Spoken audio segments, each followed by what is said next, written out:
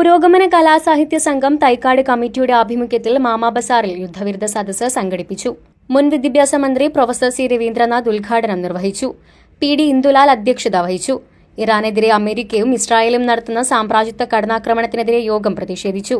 CPIM Mannur area committee അംഗം MA Shaji, Purogamana Kalasahithya Sangham Mannur area secretary RA Abdul Hakeem, CK Sadanandan, TE James, C Sankaranarayanan, VK Razak, Bindu Ajith Kumar, Rajitha Sudheesh എന്നിവർ യോഗത്തിൽ സംസാരിച്ചു.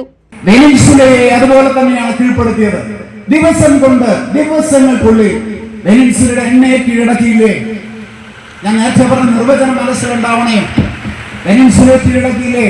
വെനിൻസുല പ്രസിഡന്റിനെ പിടിച്ചുകൊണ്ടുപോയില്ലേ? ക്യൂബയെ ആക്രമിക്കുമെന്ന് പറയുന്നില്ലേ? ഇതെല്ലാം പെട്ടെന്ന് കഴിയും. ഇതെല്ലാം അമേരിക്കയുടെ കൈക്കീഴിൽ വരുമെന്ന് പ്രതീക്ഷിച്ച സമയത്താണ് ഇറാൻ വിടാതിരിക്കുന്നത്. അതുകൊണ്ട് യുദ്ധം നീളുകയാണ്. അവിടെ ഒരു ഇടപെടൽ പാകിസ്ഥാൻ നടത്തി യുദ്ധം നിൽക്കട്ടെ, ആരിടപെട്ടാലും